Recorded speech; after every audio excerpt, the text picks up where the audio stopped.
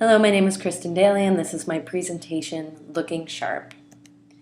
My research question was, does a teacher's wardrobe influence student-teacher relationships? There's no formal dress code for teachers in place at my school, so teachers can wear whatever they want.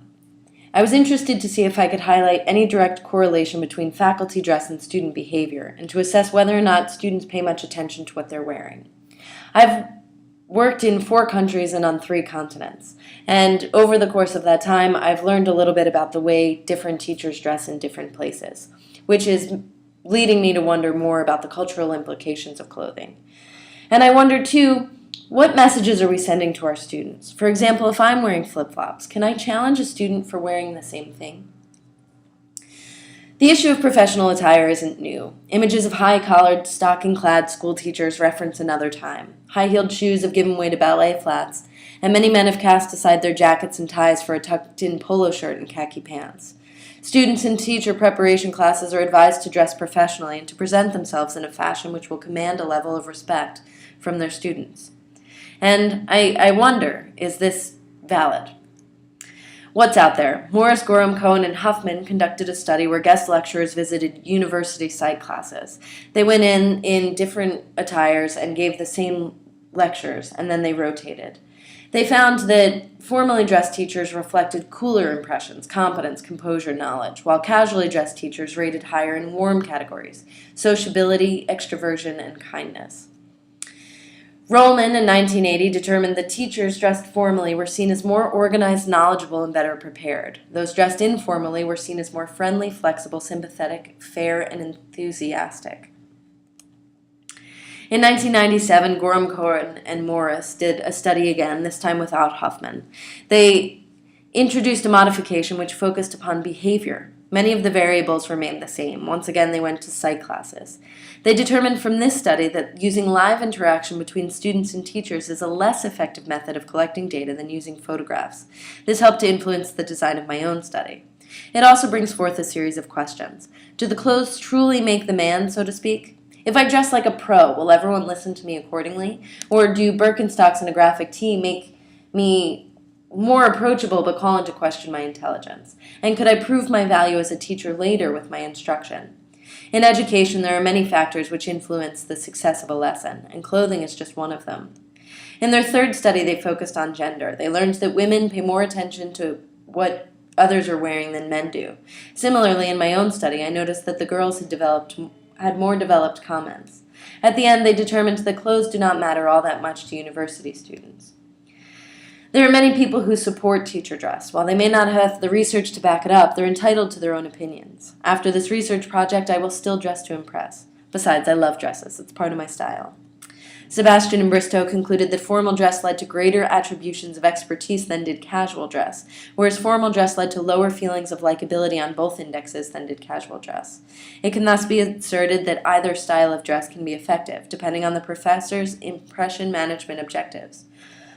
Carr, Davies, and Lavin also conducted several studies. They sought to examine perceptions of professor attire according to gender. One study focused on male professors, while the other focused on female. They determined that students, both male and female, developed a higher opinion of women and men who dressed professionally. When it came to casual dress, women were more inclined to evaluate a professor favorably than a man was. Their 2nd study, conducted a year later, designed to evaluate teacher credibility based upon clothing. They determined that on the surface, this finding suggests that students tend to rate the professor, the quality of instruction, and the overall educational experience more positively when the professor's attire is professional as opposed to when it's less professional. They also found that professors are more respected when they are dressed and viewed credibly when they are dressed professionally. Is it possible that professional clothing does, in fact, earn a deeper level of respect from students? If your students respect you, they'll show you respect. This makes sense. I designed 2 online surveys for this project. Creating a survey that was accessible online allowed me to solicit a broader range of students and teachers to collect data from, and it also offered a consistent method of data collection for all participants. The survey for teachers was designed to evaluate opinions about the clothing they wear and about dress codes, and the survey for students was designed to solicit opinions about clothing choices in general and to assess students based upon the clothing they were wearing. 43 teachers completed the survey, and 29 were female and 14 male. A majority of the teachers were aged 35 to 44, and most taught high school. The participants are located in Venezuela, Taiwan, Japan, the UAE, Korea, Oman, Vietnam, and the United States. When asked if teacher wardrobes influence the way they are perceived by their colleagues, a majority agreed. Several comments suggest that a professional appearance influences the perceptions made about a person's intelligence and ability to teach, and that someone with a professional wardrobe is taken more seriously.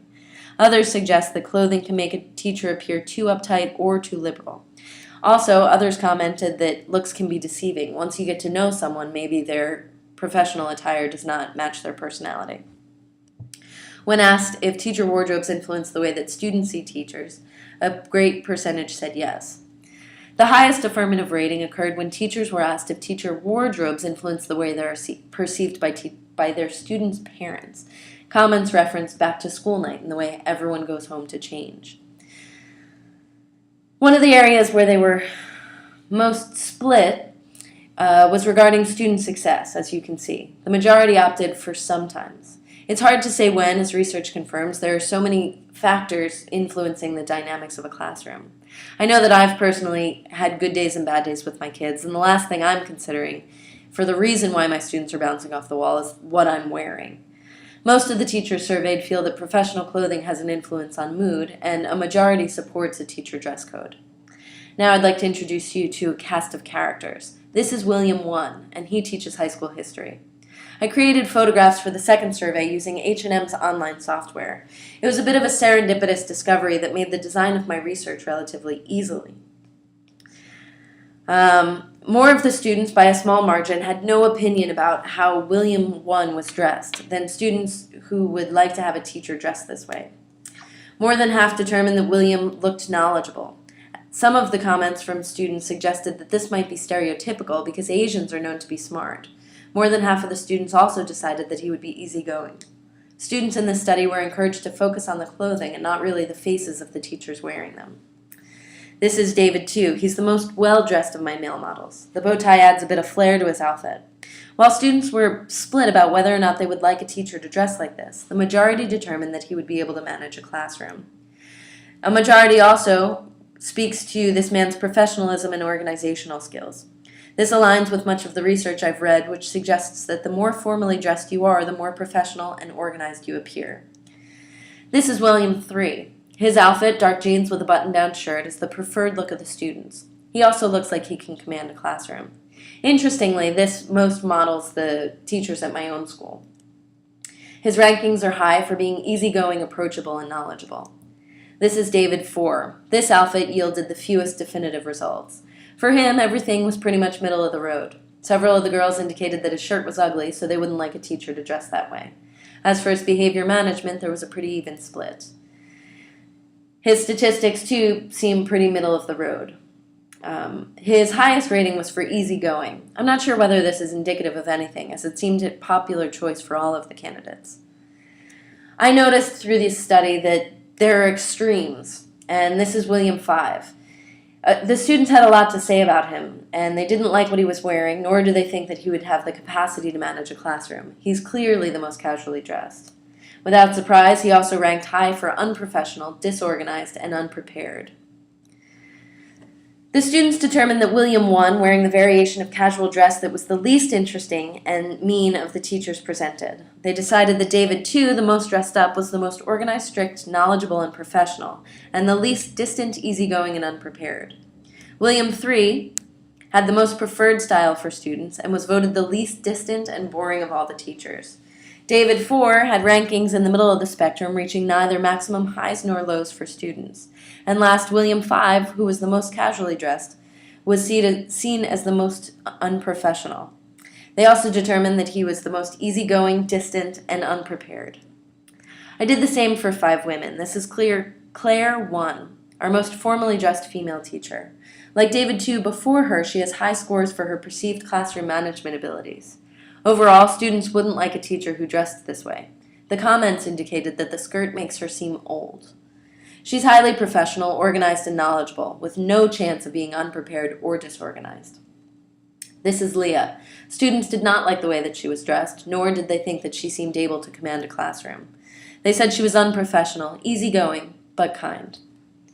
Students both liked the way that Claire 3 was dressed and thought that she could command a classroom.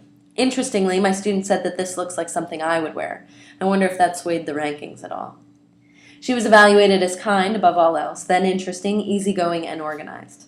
By this point in the survey, quite a few students were skipping questions. If I were to do this again in the future, I would reconsider its length.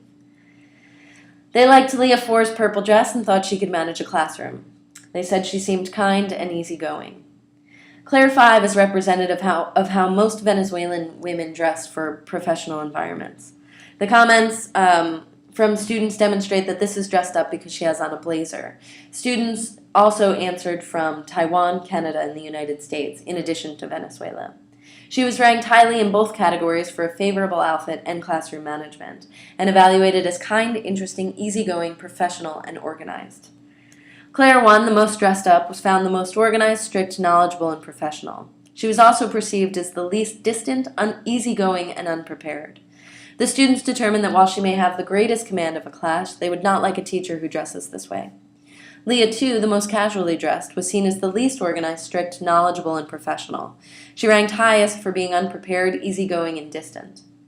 Students determined that she would have the least command of a classroom out of all the teachers presented, and found her look to be the least desirable.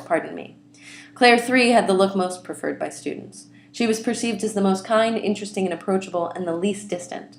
A great percentage of students also determined that she would be able to command a classroom. Leah 4 ranked in the middle, and the students had few opinions about her.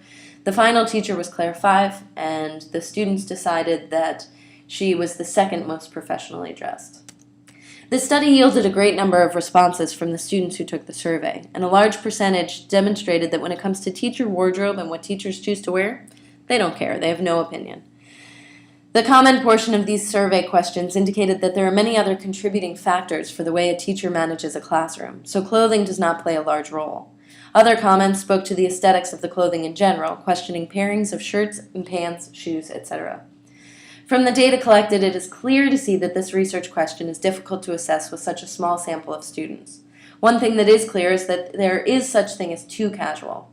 The teachers wearing shorts and tank tops were given very little credit in terms of professionalism, preparedness, knowledge, and management.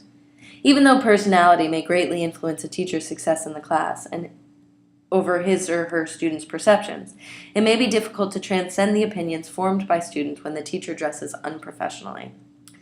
This project may have worked differently at a different time in the school year. It would have been fun to try at the beginning when the teacher doesn't know the students and to modify the wardrobe to see if it affects the classroom dynamic. Also, it would have been nice to have a geographical component for teachers to see where the teachers began, where they went to school, and where they're currently teaching. I would modify the length for the second survey for the students. And also, I would be curious to pursue further research with a more cultural focus. And the references?